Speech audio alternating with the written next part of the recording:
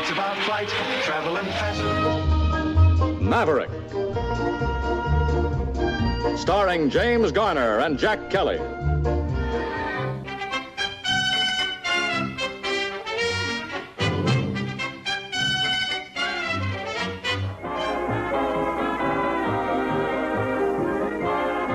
Love that bomb.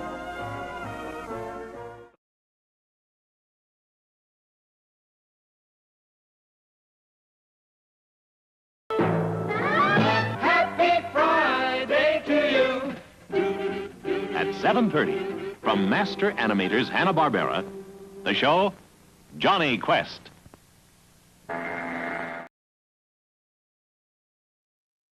Ugh.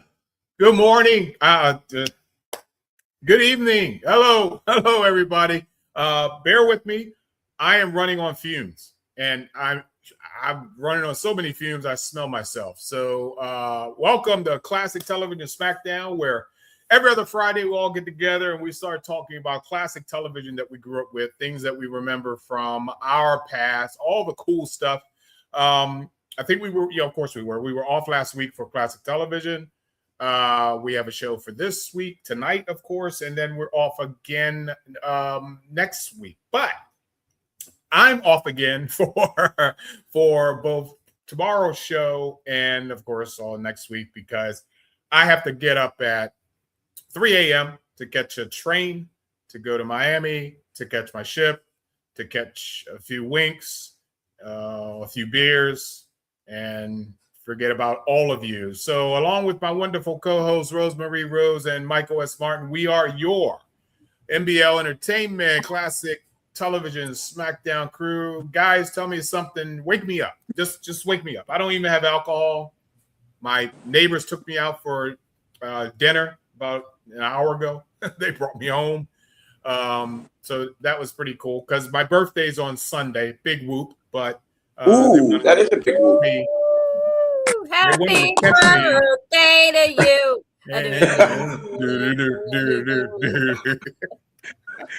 And I'll spare you my Johnny singing. Quest.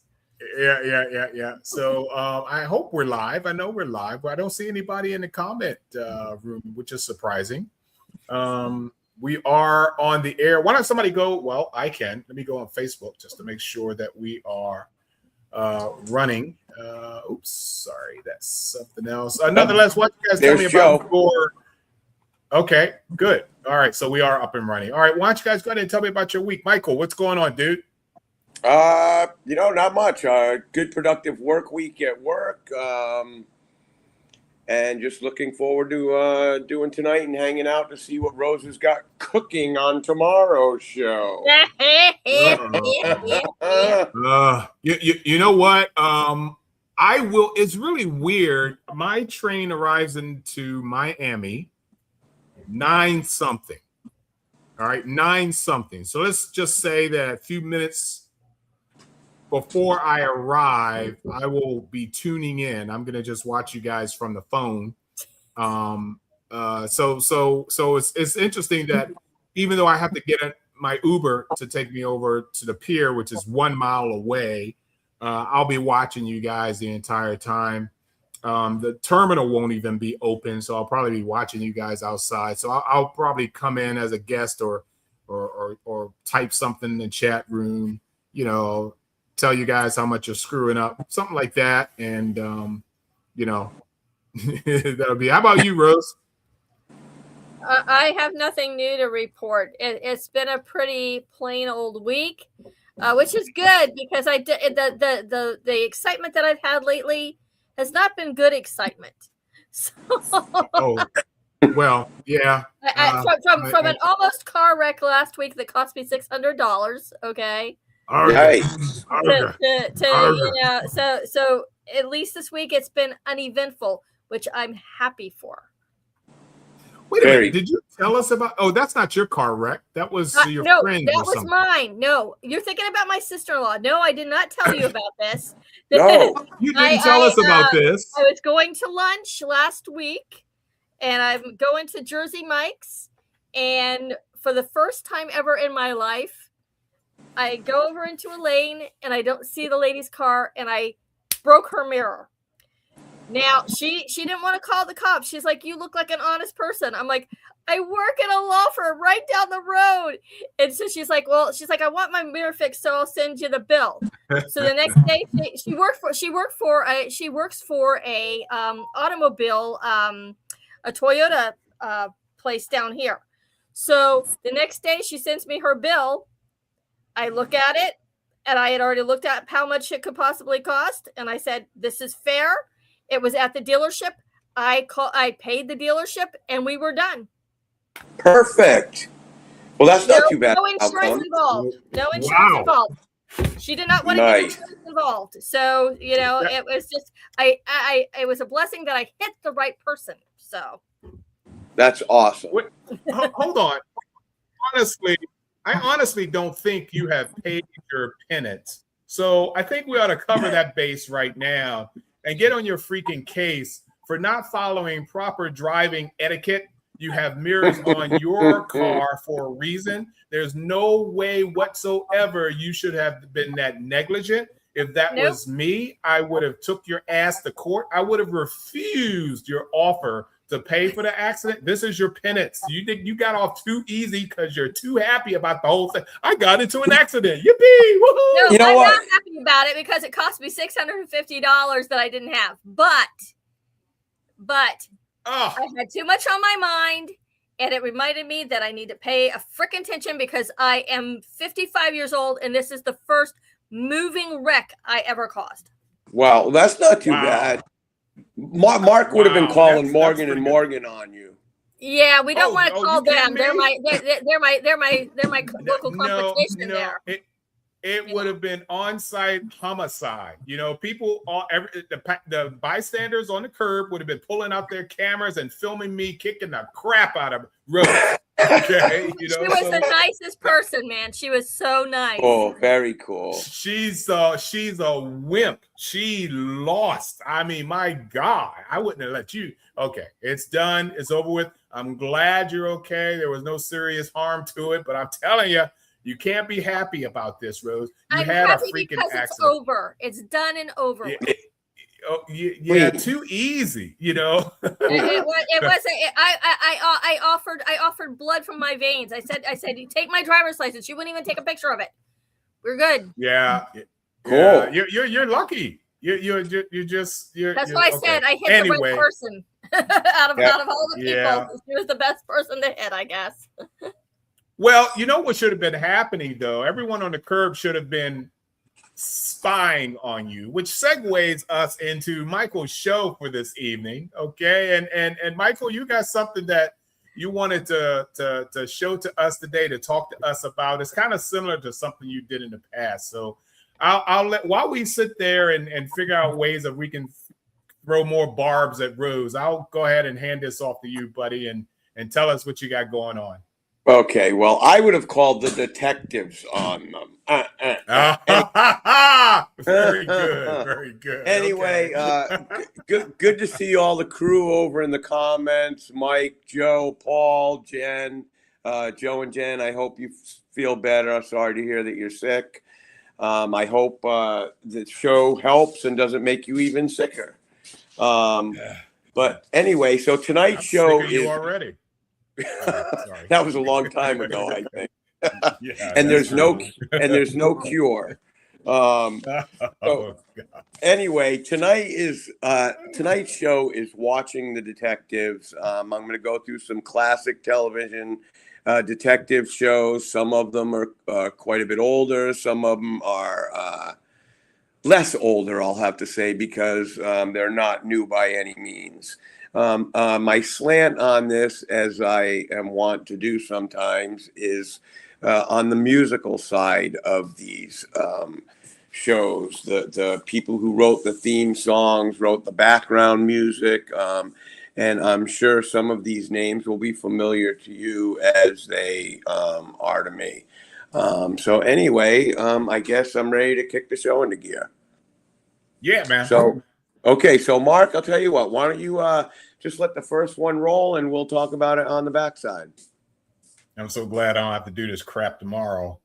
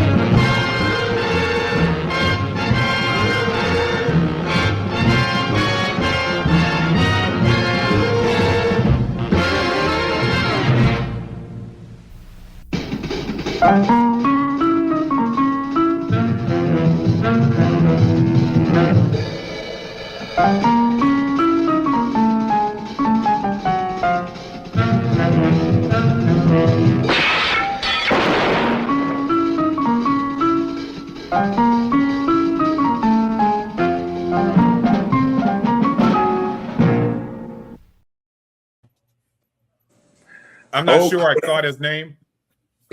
Yeah, I know. Who was that? Well, Yeah, just in case exactly. you didn't get it, it is the enigmatic, iconic John Cassavetes, who is also Rosemary's husband and Rosemary's baby. Who played? Yes. So he plays Johnny Staccato, a private eye, who is also a jazz pianist who plays in a club owned by his friend Waldo called Waldo.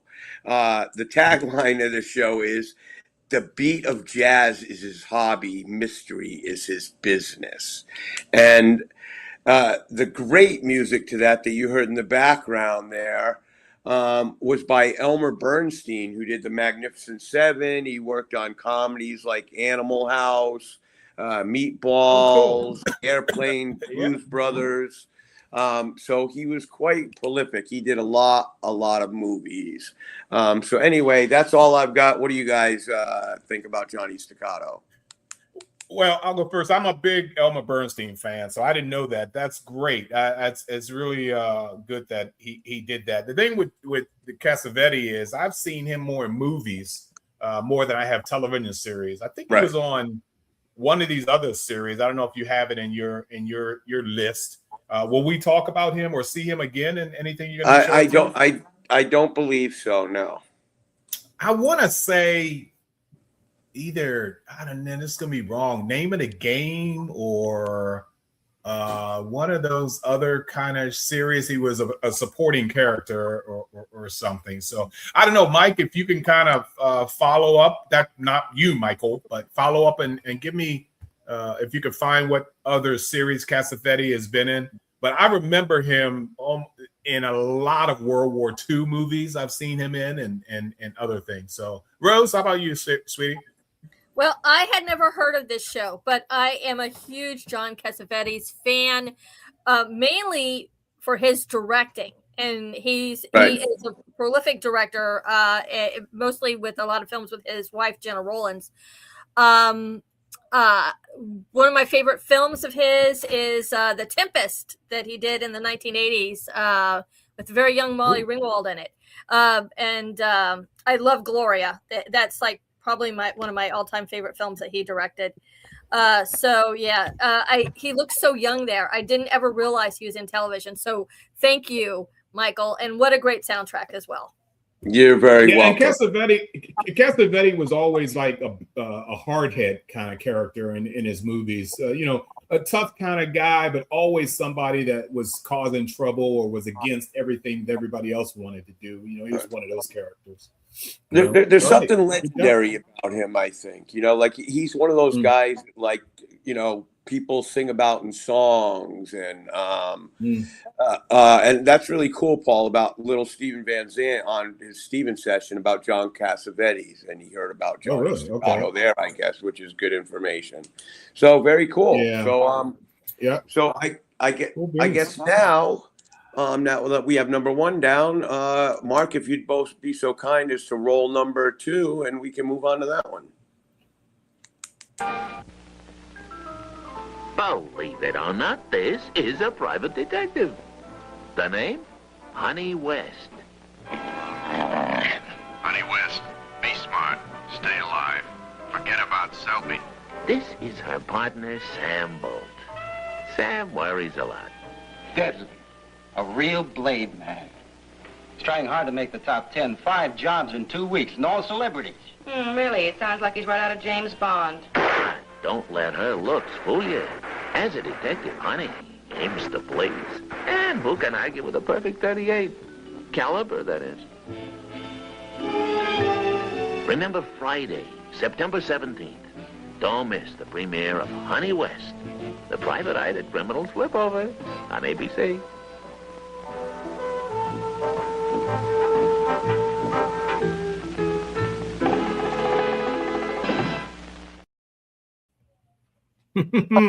Cool beans. Thank you. In case you didn't catch it, her name is Honey West, and it's one of the very first television shows that had a female name, the female lead character's name as the name of the show. Her tagline was, "No case too tough, no risk too great. Danger is her constant companion," along with her pet ocelot. Right. So this ran from 65 to 66, only one season. It was based on a series of pulp fiction novels from 1957. Obviously that was Anne Francis from Forbidden Planet, also name dropped in Rocky Horror Picture Show for being Forbidden Planet. And like I said, she's a private detective with her pet ocelot. She has a partner, Sam Bolt, played by John Erickson. And the music is by a guy named Joseph Mullendore. The soundtrack to this is a great killer jazz groove, start to finish. I absolutely love it. And I couldn't find out a lot about this guy other than the fact that he contributed some music to the original Star Trek and Lost in Space. So that's all I've got, and I'm going to send it to you guys to see what you guys think about this. What was his name again? Whose name? John Mullendore. Doesn't ring a bell. No, it didn't. It doesn't to me either. Like I said, I have the soundtrack on CD, and so I know of that. And like I said, in doing my interweb research, all I could come up with was Star Trek and Lost in Space contributions from him. Yeah. I think Anne Francis should not be allowed to be on screen at all. She's just too damn beautiful. It's overkill. Go ahead, Rose. I want to say first, I've heard of Honey West. I'd never seen it before, but I had heard about it through my probably studying of television over the years. Secondly, are you all familiar with the show Archer? They also had an ocelot character in that for a couple of seasons. Oh yeah.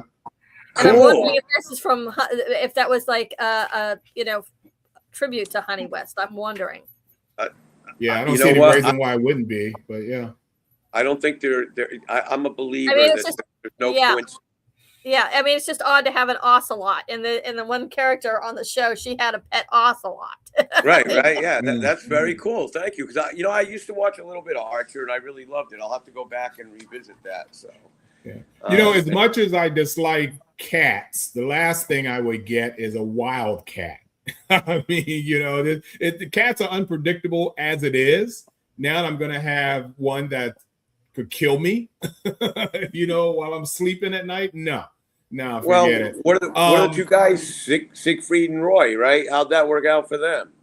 Well, yeah, people think that you can tame wild animals, and you've skirted a number of chances for you to get injured or lose your life. And in my opinion, it's just a matter of time. So they're not domesticated creatures. So look, this was a bad print. I wish the recording process back during when this was broadcast was of the same capacity, because I'm sure no one was watching this show in this level, in this quality. Okay, so it's sad that we can't get a really, really clear and crisp copy of this show. I'm sure in reruns, whoever's carrying it or wherever we can find it on streaming services, I'm sure it's probably a lot better. But it is what it is. So yeah, good job, dude. Paul said it was on TV Land for a while, about 20 years ago. Yeah, that sounds familiar. I think I actually remember it being on TV Land. Mm-hmm. What the? Oh, sorry. Vintage reruns and modern remastering. My phone was answering a question for me. That's really weird. I don't know what we said, but nice. Yeah, it was talking about fixing like making TV shows and stuff cleaner. That's what it's talking about. Exactly. Yeah, look, you guys already know my house is haunted, right? Okay, so there's live example right there. My freaking house is haunted. Okay. I ain't scared of no ghosts. Yeah, I ain't. All right, buddy boy, what else you got?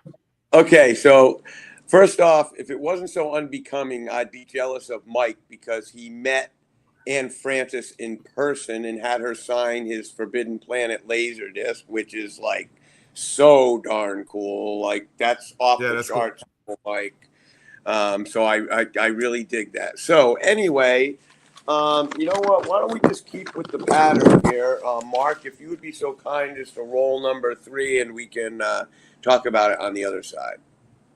You got it. Ready?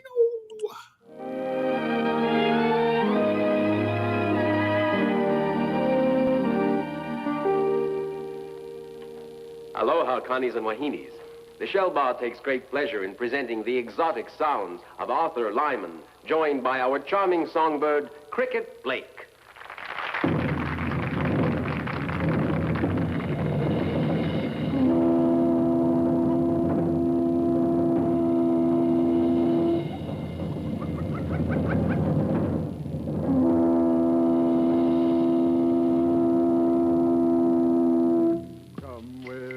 To Hawaii, the beautiful Isles of Hawaii, the home of the fire goddess Pele, and the home of Hawaiian I, Hawaiian I, Hawaiian I, Hawaiian I.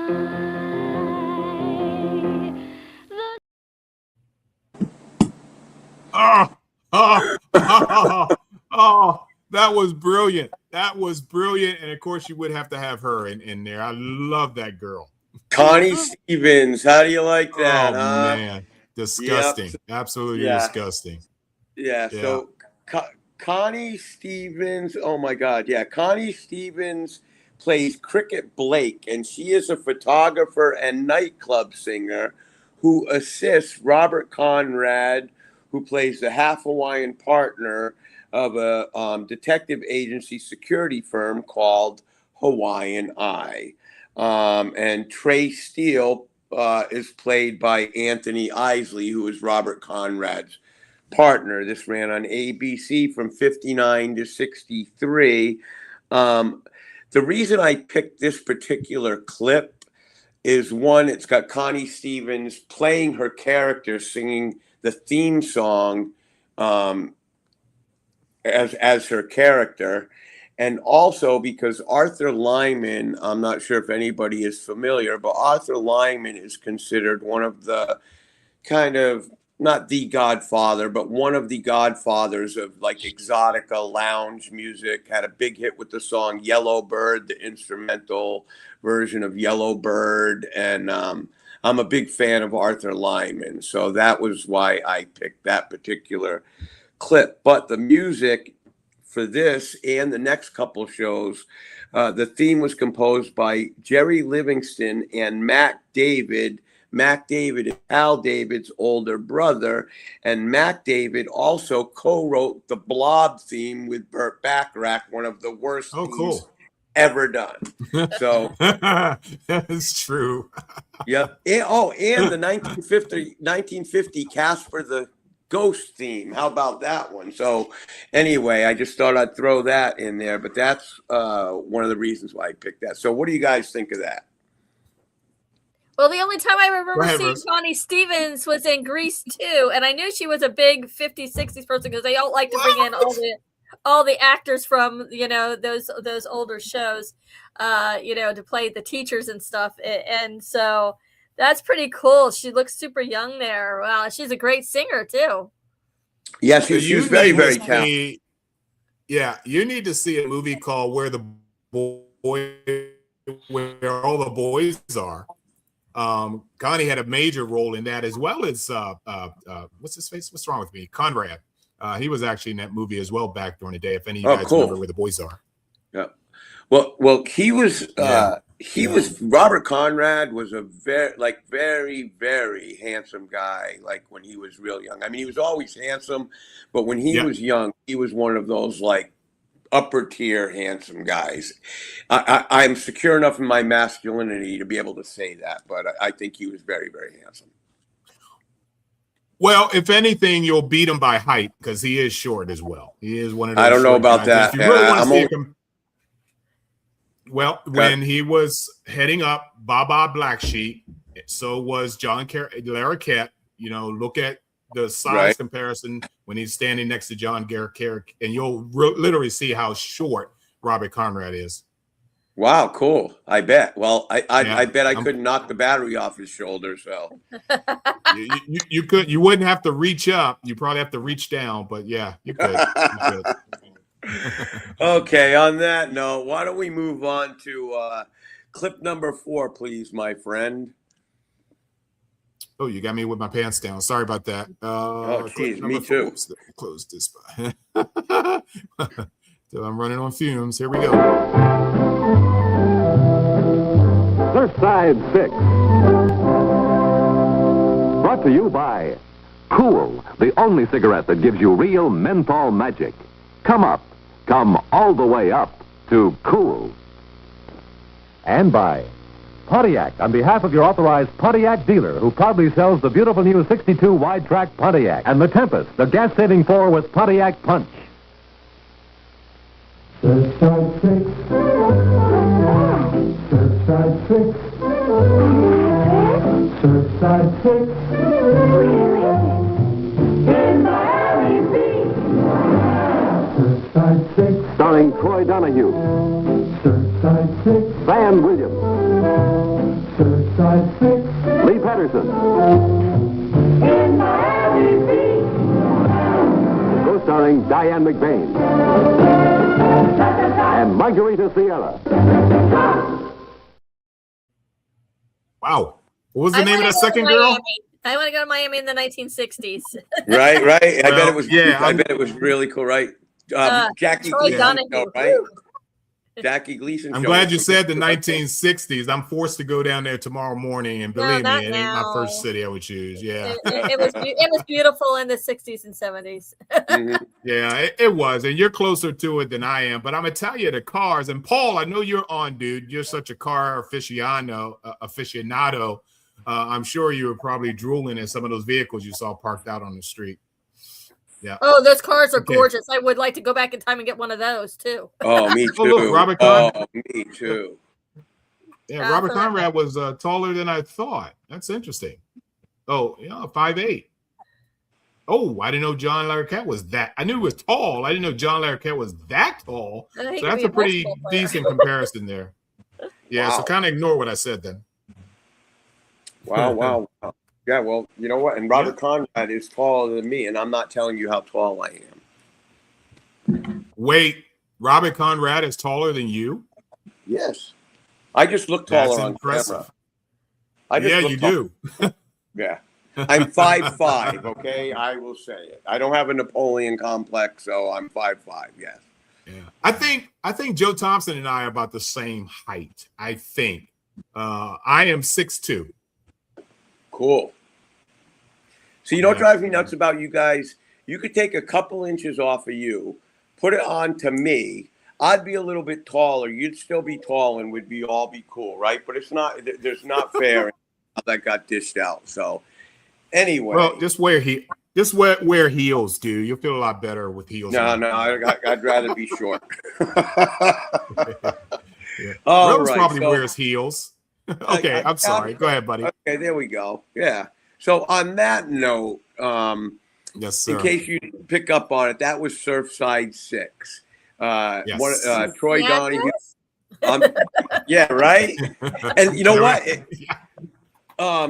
It really was an address where the houseboat was. It was an actual real address at that marina. I can believe that. I can believe Yep, that. and Troy Donahue, Van Williams, the Green Hornet, and Lee Patterson as PIs. And they were a trio, ran out of this houseboat. And again, the killer theme was by Livingston and David again. Very nice. So, what you guys had? I guess did you guys have any more other than the cars and all that stuff? No, I never got to see it. I've seen the theme song before. I think I might have featured that show like a couple years back for some reason, but it might have been the Nickelodeon thing that I did. Yeah, that is that. It looks like an interesting show, and I didn't know Troy Donahue was in it. And you know, he's famous for that line in Grease, that song. You know, Troy Donahue. You know, he's a good-looking man. You know. Yeah, very. Very. And gay. Yes, very. Yeah. Very. No, I just want to give me more chances with Rose than anybody she might be interested in. If I can cut the legs out from underneath of them, I'm a happy man. Yeah, there you go. You're doing that for Rose. You're a really good guy there. I appreciate. Yeah. From this point on, Rose, every man you know is gay except me. So there you go. And Joe, no Inspector Gadget legs for me. Thank you very much. Okay. All right. I'm going to do this real quick. Okay. I'm going to get this short. We're not drinking tonight. What the hell's going on, man? We're giddy and we're not having alcohol. I got soda. I don't know, but I'm going to lay this. This is the best short joke anyone ever told to me. Okay. So when someone tells me a short joke, I'm like, I've heard the best. So forget it. When I was about 15, my best friend, Ed Bird, said, Mike can save money on turtlenecks. All he's got to do is pull his socks up, okay? And from that point on, there has never been a better short joke for me. And I reunited with him a few years back, and all our friends were all hanging out, and I brought that up. They were surprised I remembered. But yes, I don't need to buy turtlenecks because I can pull my socks up, okay? So now that we've got that out of the way. That is too funny. Should we move on to clip number 5? I'm sorry. You want to check this out from Paul. Paul put on a YouTube Stewie Griffin singing the Surfside 6 theme. So I'm going to have to look that up after the show. Oh, man. Me too. That sounds fabulous. Thank you, Paul. I'm writing that in my notes. Am I supposed to be running a clip? I'm sorry. What? Yes. Yeah. If you wouldn't mind, that'd be great. Yeah. All right. Here we go. 77 Sunset Strip. Starring Ephraim Zimbalist Jr., 77 Sunset Strip. Roger Smith, 77 Sunset Strip. Edward Byrne, 77 Sunset Strip. and Richard Long.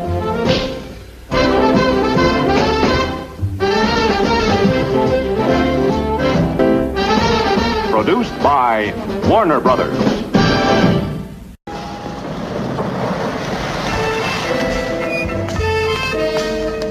Hi, Dad. Man, I dig how you had yourself a rumble with that Dixon square this a.m. There's not much you don't dig. Way I dig it. You dribbled out of your place looking real bombed out, like traumatized. He'd had it, Dad. Do I always have to bring you on? Well, he asked for it. When did you hear about it? I'm hip. He'd tell how you came on sounding real harshly. All that jive about you cutting into bacon strips and noise like that. That was this morning. This afternoon, I'm filled with love for my fellow man. Shaboom. I was dribbling in when you cut out with some real mellow chick. Oh my gosh, this was like a Grease night. That guy was the bandstand guy in Grease. Oh, was he really? The MC. Corny. Okay, yeah. Corny Collins, I think. Corny Collins. Yeah, I think it's Eddie something, isn't it? And his character was Kooky. So I don't know if you've ever heard of the song "Kooky Kooky, Lend Me Your Comb." Yes, yes. Yeah. Kooky Kooky, Lend Me Your Comb. That's where it comes from. That guy with the do and Hey Daddy-O, right? That's where that came from. Yeah, and Ephraim Zimbalist Jr. from FBI. It went from 58 to 64, so 5 seasons.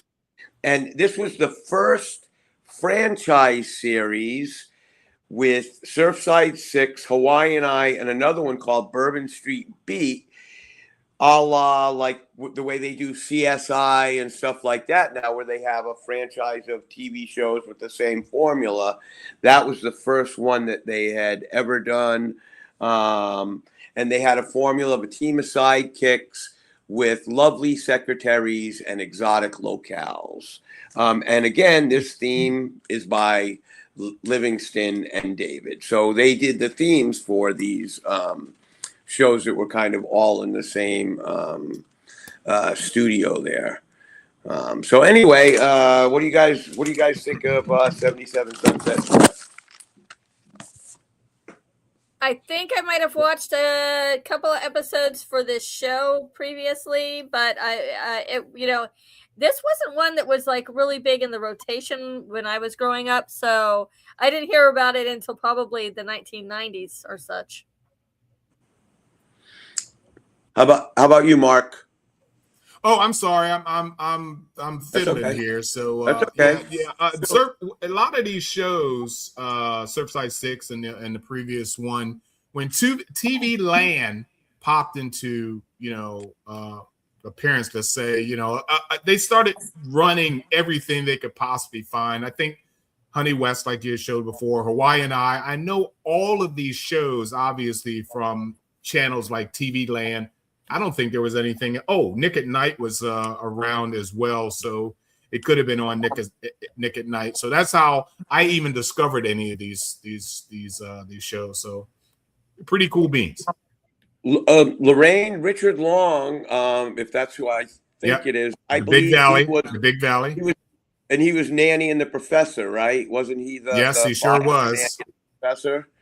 He was in a lot of TV shows back then. Very handsome man. And Paul, yes, I heard a lot. It's one of those shows, an iconic show that, like, I haven't seen a lot of it either. But, again, the soundtrack is fantastic. The theme song is great. I love it all. So, yeah, that's all I've got for that one. So, anyway, that was 5. So, should we move to number 6? Yes. Do go to 6. I've been having a lot of technical difficulties here, but I love this show that you're about to show because I think I said, did I see it on MeTV before? I thought it was on something else, but it's just the theme music. This is one of the shows that I was really excited about, the theme music, and I forget who played it, but hopefully you got information on that. Here you go. I do.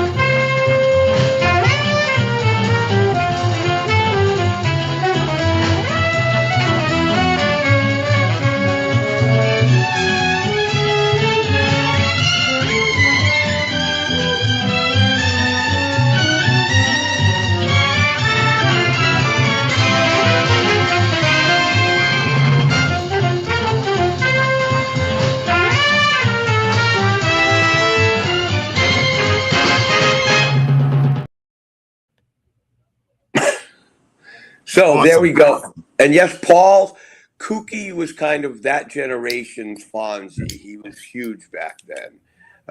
So thank you for that.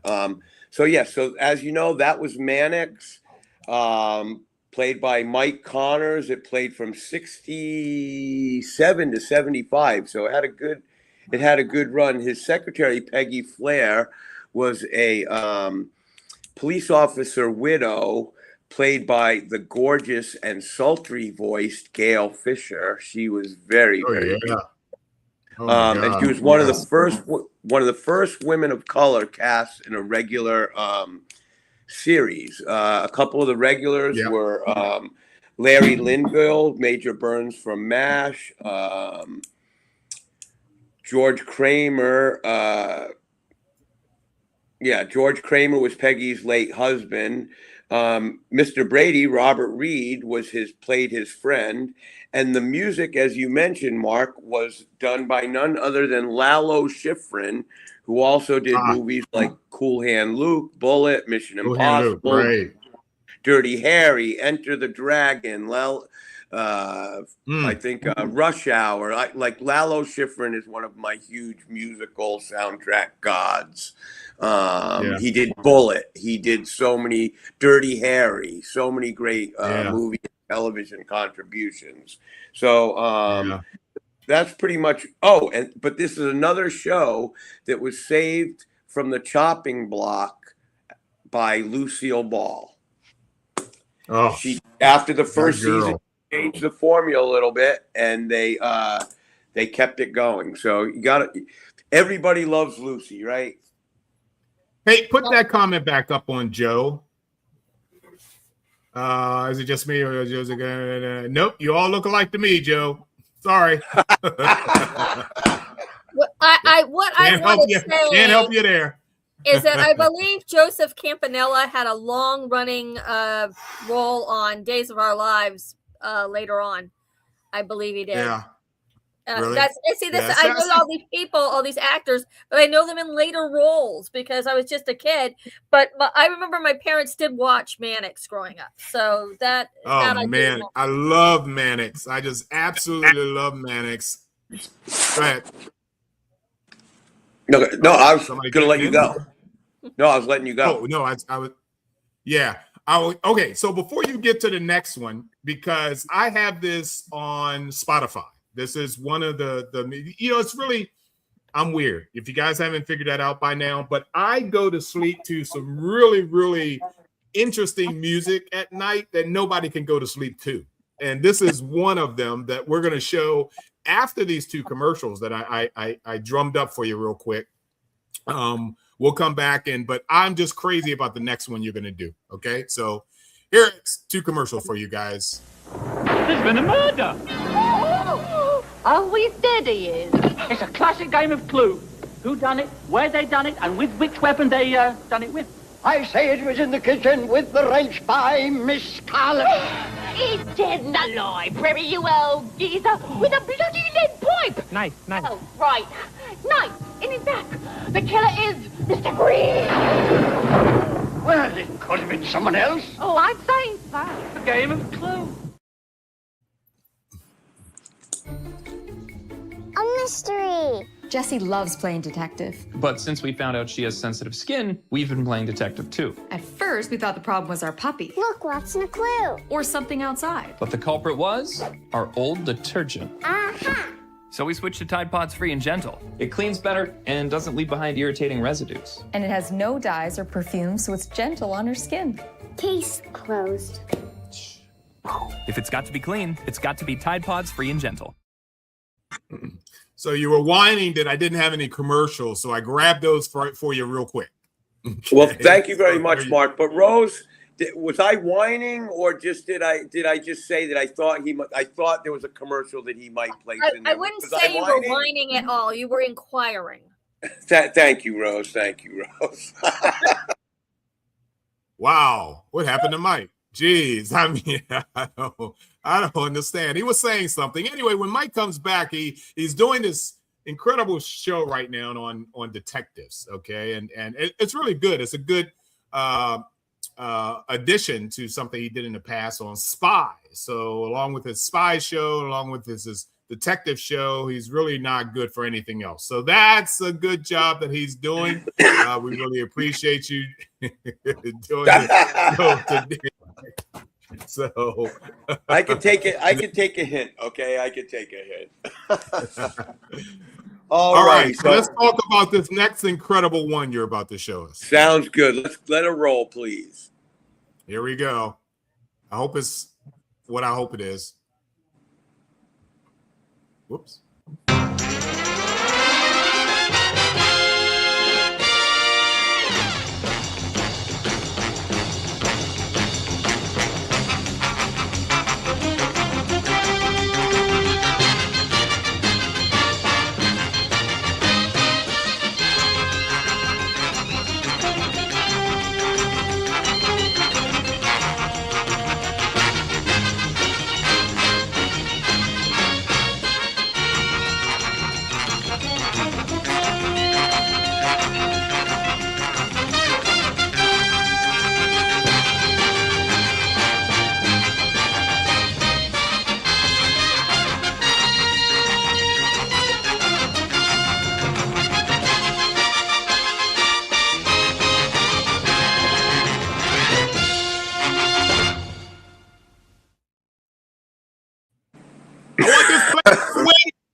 I want this played at my wedding.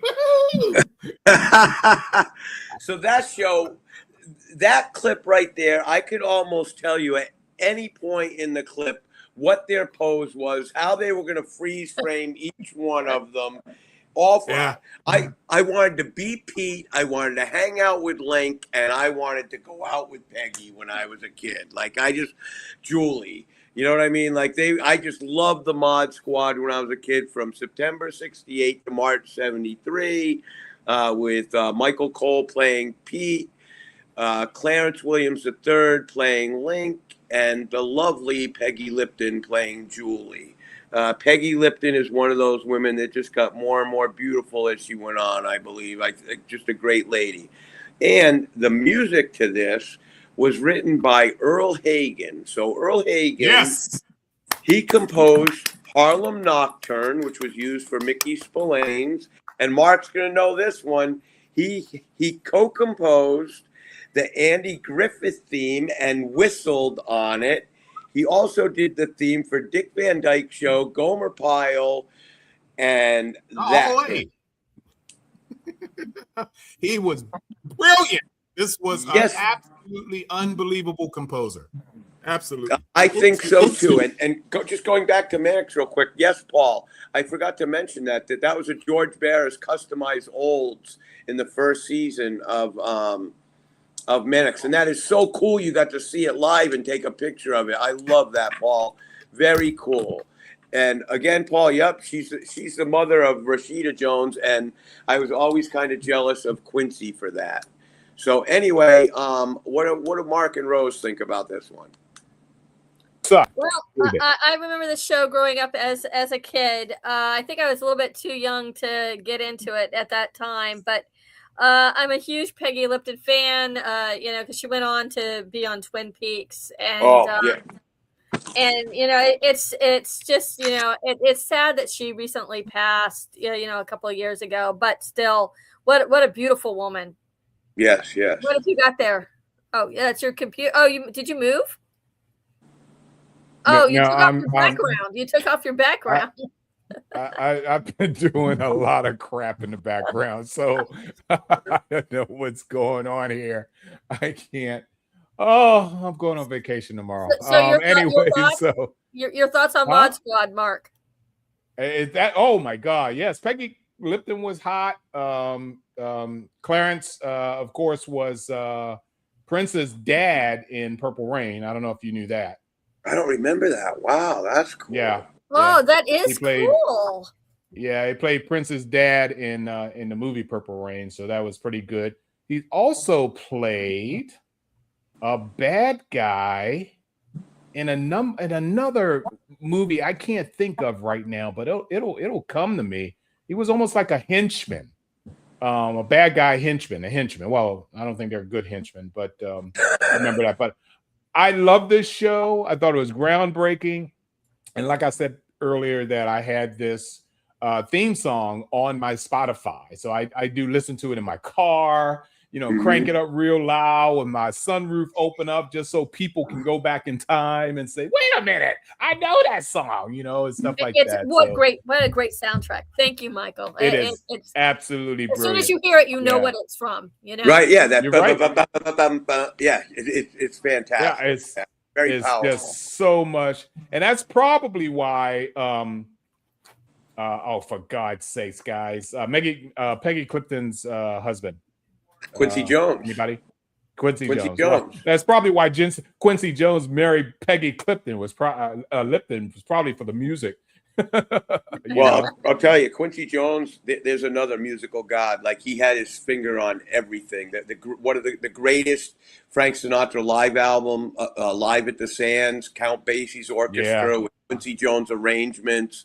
Michael Jackson stuff, his own albums. All the people he produced. I could go on and on, but that's another show. So before I take too much time on Quincy Jones, which I would love to do, Mark, if you would be so kind as to roll clip number 8, please. I had something else to tell you, Rose. Okay. You know what's weird, Rose? I can't get up to the photos. I can't scroll. That's weird. Really bizarre. Yeah, I don't know.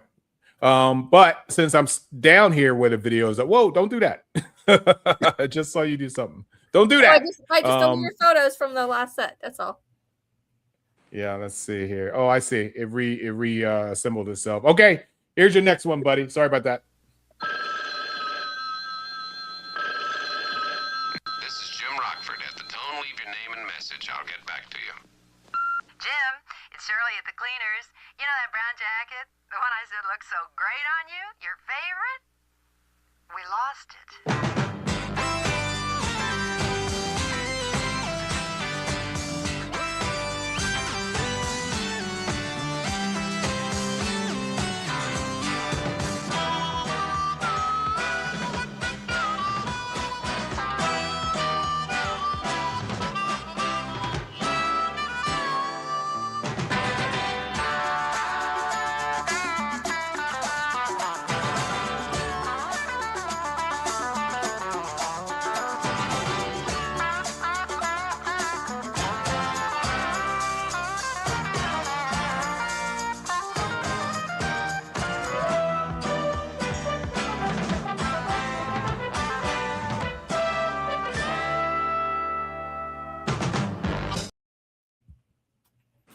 Man, I just love this montage opening of Rockford Fowl. I was a big Maverick fan. I was a big the movies that he did based on Outlaws and Sheriffs. What was that? Oh, for God, man. A Maverick? Oh, God, man. No. He did How to Hire Your Local Sheriff, Your Local Gunfighter. He did 2 movies based on those. Really good. So it's good to see him in this. So go ahead, buddy. So first off, my favorite movie with James Garner that I recommend for everyone if you've never seen it, one of the greatest black and white movies ever done, Americanization of Emily. Yes, I love it. I love that one. And looking at a young Mary Poppins too. Yes, exactly. Beautiful movie. I absolutely adore that movie. James Garner, James Coburn is in it. A lot of great actors and a great story. So anyway, as you all know, that was the Rockford Files. I love that beginning right from the telephone ring and the little message. As soon as you hear that phone ring, you almost know what it's going to be. He was retired, and then his dad was played by Noah Berry Jr., and he was always kind of giving James Garner's character, Jim Rockford, advice, and he was a retired truck driver. And there you go. He kept his unlicensed pistol. Yes, let me start over with that one. So, yes. Rockford kept his pistol in his cookie jar because he didn't like violence. So he kept it in there so he wouldn't use it. So if he had to, he would fight, but his first option was to talk his way out of trouble. Okay, so that's why I wrote that. The music is by Mike Post, who also did the themes, and you can kind of hear it in that. For Law and Order and its spin-off, Special Victims Unit, Criminal Intent, White Shadow, A-Team, Hill Street Blues, Magnum PI, NYPD, Quantum Leap, LA Law. He's done a lot of music. And then the person who co-wrote the theme with him is Pete Carpenter, who's a jazz trombonist who worked with Earl Hagen, and he wrote music for Bewitched. Of course. The theme song for this in 2002 was voted number 39 in the top 50 greatest TV show themes, TV show themes of all time in TV Guide. So anyway, that's all I got on that, and it's probably more than you guys needed. But what do you think of? And the two movies I was talking about was Support Your Local Sheriff and Support Your Local Gunfighter were the two Westerns that I watch every time it comes on. They're just, a young Suzanne Plachette is in one of those shows. And I'm a big Western fan anyway. So I really like those movies, or rather, those movies that he was in before he became a detective, before he started to do police drama. So that's what I know about James Garner. Other than, what's the space movie? Oh, Space Cowboys. There you go. You guys remember the movie Space Cowboys? Mm-hmm. No. Yeah. Tommy Lee Jones. What? Clint Eastwood, Tommy Lee Jones, and what's the guy that was in MASH, the original MASH movie? Sutherland. Donald Sutherland. And James Garner were astronauts, all elderly astronauts who were recruited to stop a Russian ballistic missile platform that was about to crash into Earth. I can't believe you guys never seen that movie. It's incredible. It's a classic. You gotta check it out. Great movie. You know what? It's going down in my notes right here. Yeah, Space Cowboys. Yep. Yeah. So I do want to say, I think what makes the Rockford Files theme so unique and special is the arrangement of different instruments that they use in that theme with the harmonica and it's so 70s. It screams 70s. And I think it's on. Don't knock my era, Jen. Wherever you are. I'm from that. I'm born in that era. So no, I love it. In fact, that was one of the ones I had recorded on the cassette tape back in the day. Cool. What I wanted to say also about Rockford, it was profound. I mean, it was always in syndication. I think as long as I was growing up, someplace was playing Rockford Files. Okay, and they were mentioning on the board here about David Boreanaz taking over, and I know that I'd read that I believe his James Garner's daughter is in very much support of it. I think he'll do a good job. It's just that, it's going to be modernized, and so, they're not going to be able to do the answering machine thing because, and that was so cool and iconic. But, so it'll be interesting to see how they do this reboot. But I'm not a big reboot person, but we'll see what happens. And I guess that's about all I've got on that. Just real well, that sounds pretty good. And going back to the reboot thing real quick, for me, sometimes you can pull off a reboot. The hard part for me with reboots is part of the original is the charm from that era, and you can just never. It's like you can't go home again, kind of thing for me. Like Mark will understand this. There's no Johnny Quest other than the first series. Of course, yeah. That's right. Oh, you know what? I do have another point to make. These theme songs, this is what made television classic and memorable, and we don't have that anymore. And it's just not the same. Every show should at least have some kind of theme song. Yeah. They did eliminate theme music they did eliminate theme music, and they wanted to get, because of time, they wanted to get right into the action and make, screen time for the shows longer, which I think is stupid because theme songs is more iconic than the show itself. I think shows are more memorable because of it. Right, exactly. But but you know who does do theme songs still usually are cartoons. Like a lot of the ones that I remember from recent times, SpongeBob SquarePants, Teen Titans Go, right, stuff like that. And you know what? That's a good point, Michael. And I think that's probably the reason why I became such a big fan of anime, is because I love when they do the opening sequences. It makes it for me, Mm-hmm. Exactly. Yeah, we all love the classic openings and closing of the theme shows, the TV shows, right? So exactly, I'm with you on that one, Rose. So we just got done with number 8, so that brings us to number 9, if my math is correct. So Mark, if you would be so kind, number 9.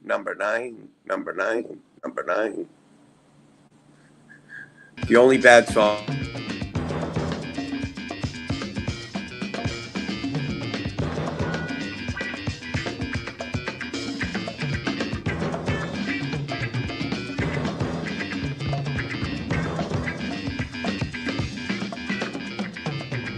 The Streets of San Francisco, a Quinn Martin production, starring Carl Malden, also starring Michael Douglas.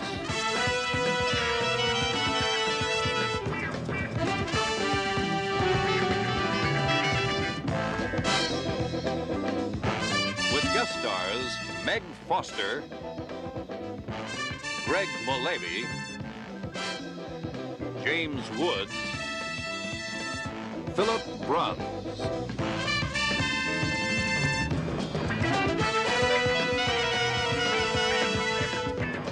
Tonight's episode, Trail of Terror.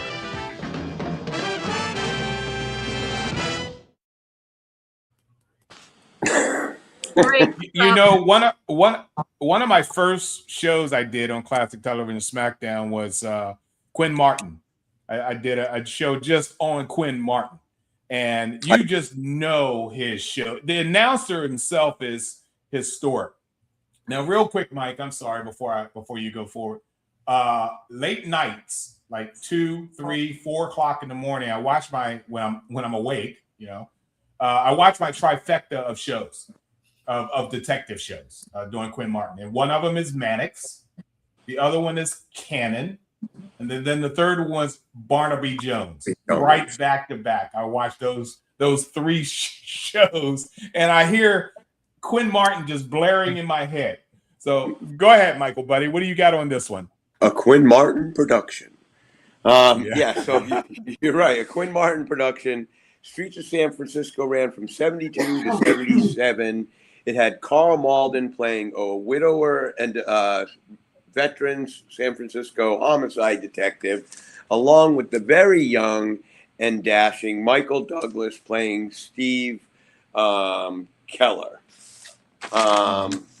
He had little experience, and he became Carl Malden's character's protege, and they developed a kind of father-son respect and caring for each other relationship.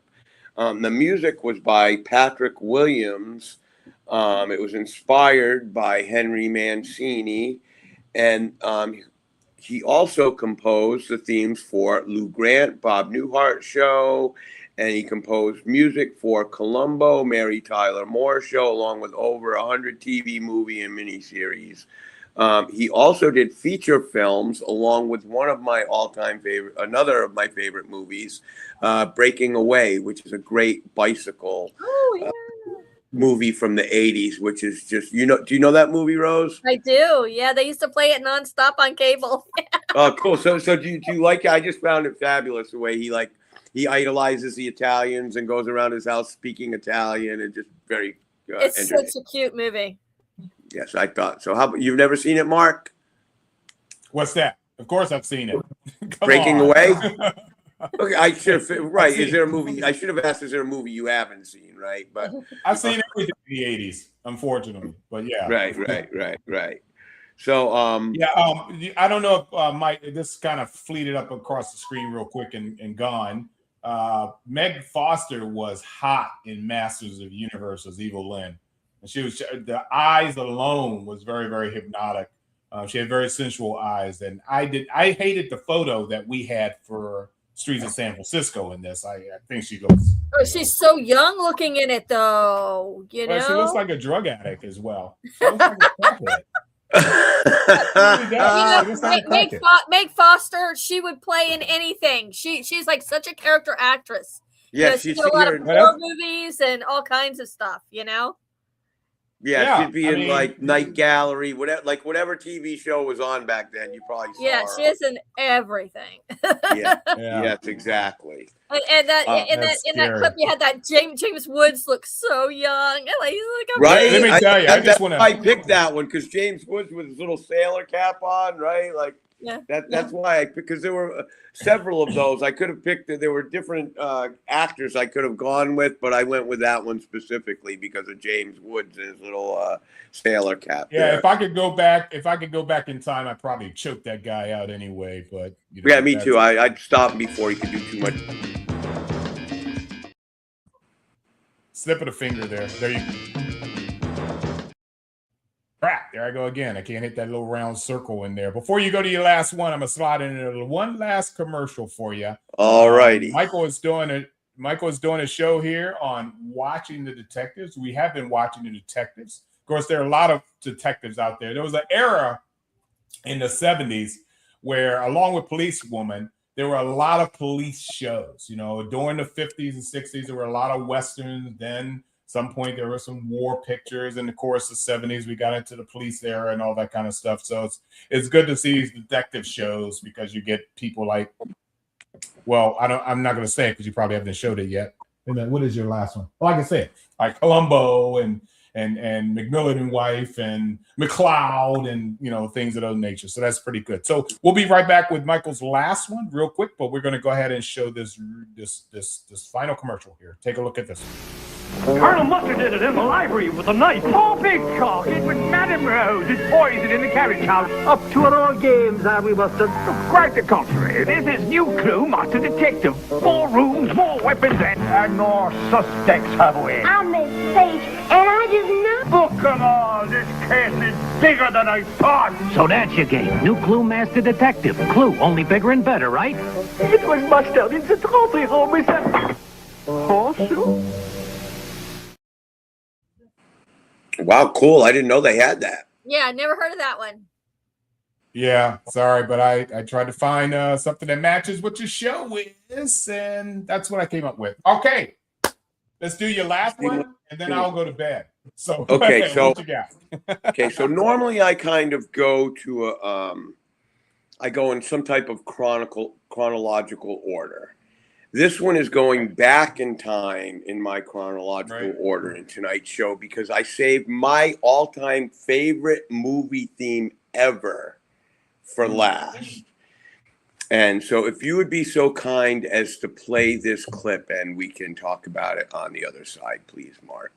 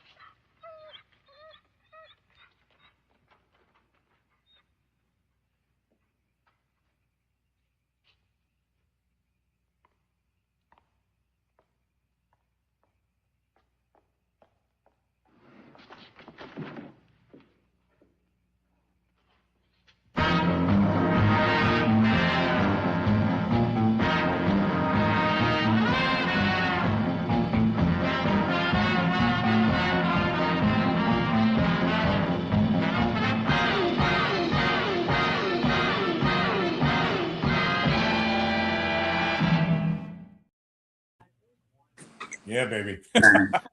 All right, so that was Peter Gunn, created by Blake Edwards, who also did the Pink Panther movies. He did the movie 10, I believe. He did Bedazzled with God, why can't I think of his name? Peter Cook and Dudley Moore, another great movie from the 60s. Anyway, this revolved around a detective named Peter Gunn, played by Craig Stevens, who frequented a jazz club called Mother's Place. Mother's played by Lola Albright. She very familiar character actress, and there were a lot of great guest stars. Herschel Bernardi played Detective Jacoby.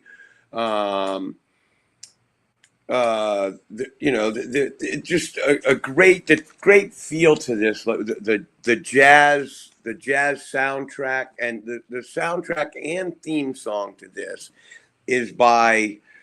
I'm going to start like this. To me, the Beatles is the greatest band ever. Henry Mancini is a musical god.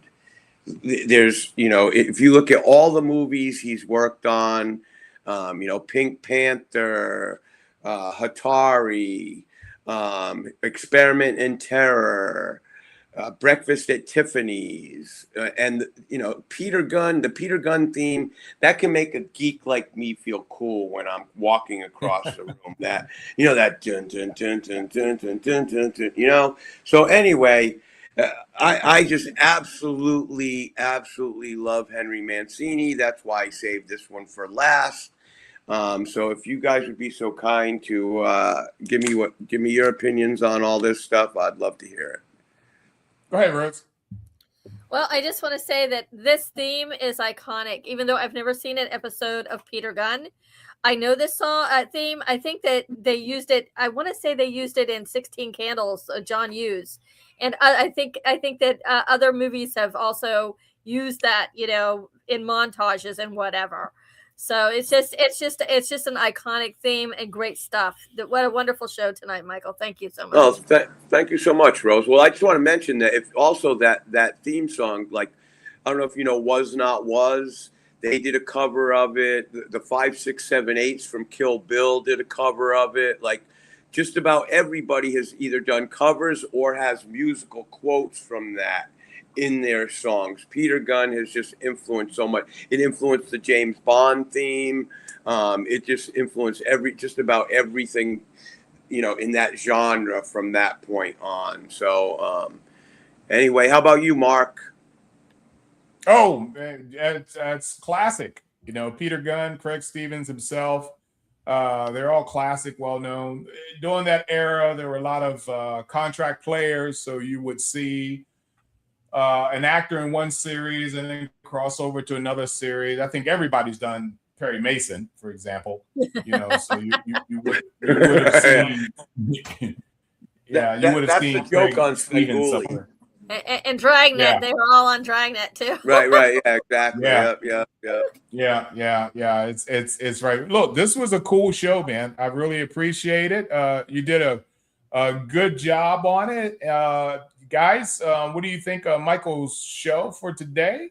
Well, Mike, thank you very much. I appreciate that. That is a very fun fact, Joe. I like that they use it in an arcade game called Spy Hunter. Makes perfect sense. Like I said, it's such a great theme song. So thank you very much, and thank you, Joe, for that. And thanks for everybody for hanging out here and checking this out with us. This was a lot of fun, and I was glad to share all this music and TV stuff that I love, and with people that I love.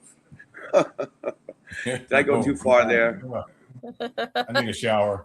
All right, I like you guys a lot. All right, thanks. Okay. All right, so watching The Detectives, guys, a show that Michael put on today. Very good job. Of course, then we have tomorrow. Tomorrow, at some point along the way, I'll pick it up, but you're going to have these two on together tomorrow morning, because for some reason, Rose came up with a show called this, okay? Kiss the Cook. Kiss the cook? Question mark. I need to say it with some inflection in it. Kiss the cook? Kiss the cook. Kiss the cook. You kiss the cook. I'm kissing no cook. Kiss the cook. All right, so that's tomorrow, Saturday morning cartoons. Rose is going to be bringing up. I'm really going to tune in. It's not like I will be unable to tune in, but I won't participate. I'm just going to kind of watch the show tomorrow while I'm on the train or walking to the pier, and just going to kind of have fun listening to these guys and seeing what Rose is cooking up. Sorry. Yeah, so we're going to do that. And, of course, I'm on vacation for a week, and I think I've already started because I've been running on fumes. Any last words, guys? Anything you guys want to talk about? What's Jerry has 3 arms in that picture? Does he? Well, can't beat that AI, huh? He does. That's AI for you, huh? Oh, you know what? He's just moving really fast. You know, so he's waving his arms around. Oh, really? Right? Yeah, No. I thought that's what happens to you after you taste the cooking. You had kissed the cook, taste the cook, and that's what happened. He's deformed. So I love it. Yeah. And while I'm working on my, go ahead. No, you go first. So does Jane. I don't catch these things like this, you know. 1, 2, holy crap. Yeah. Jane's got 4. No, wait, what? Yeah, no, 3. I thought she had 4. No, it's 4. It looks like Leroy has one coming out of his Judy back. is in the back, and you just can't see Judy, and it's her arms. Oh, wait a minute. So does George. What is that on the right or on the left on George there? Is that just a smear on his windshield? Oh, it might be. That's weird. That is. Yeah. That's what happens when you're dealing with perfectionists, man. You guys say, we should have a game every week, right? Like, what's wrong with this picture? Yeah. Paul says George has obviously been impaled. Come and enjoy the show tomorrow. It'll be fun. Just don't eat the cooking. Don't eat the cooking. Don't eat the cooking. I think. Yeah. We already see what happens to you. Yeah, that should be good. So you guys, good job, Michael. Appreciate it. And we're gonna see you guys first thing in the morning, or you guys are gonna see those guys first thing in the morning. This should be very interesting. Very interesting. I'm really excited about tomorrow's show. So enjoy your trip, Mark. Yeah, enjoy your trip, and don't take it personal. But we're really excited about tomorrow too. Yeah, I know you are. It's like, Mark's gone, woohoo! I'm sorry, I had to say it, brother. No, you know what? Bon voyage, and I hope you have a wonderful, relaxing reset trip. Dude, while I'm laying out around the pool with, a couple dozen bathing beauties or whatever, I'm going to be thinking about you, okay? I'm just going to be thinking about you. Please do. Only you. No, don't be. You know what? If you're thinking about me when those beautiful beauties are going by, I'm going to worry about you, brother. Oh. Well, yeah, they all got hair under their nose. Okay. We'll talk to you guys soon. Thank you for joining us tonight. Really appreciate it, guys. Crew, hang back.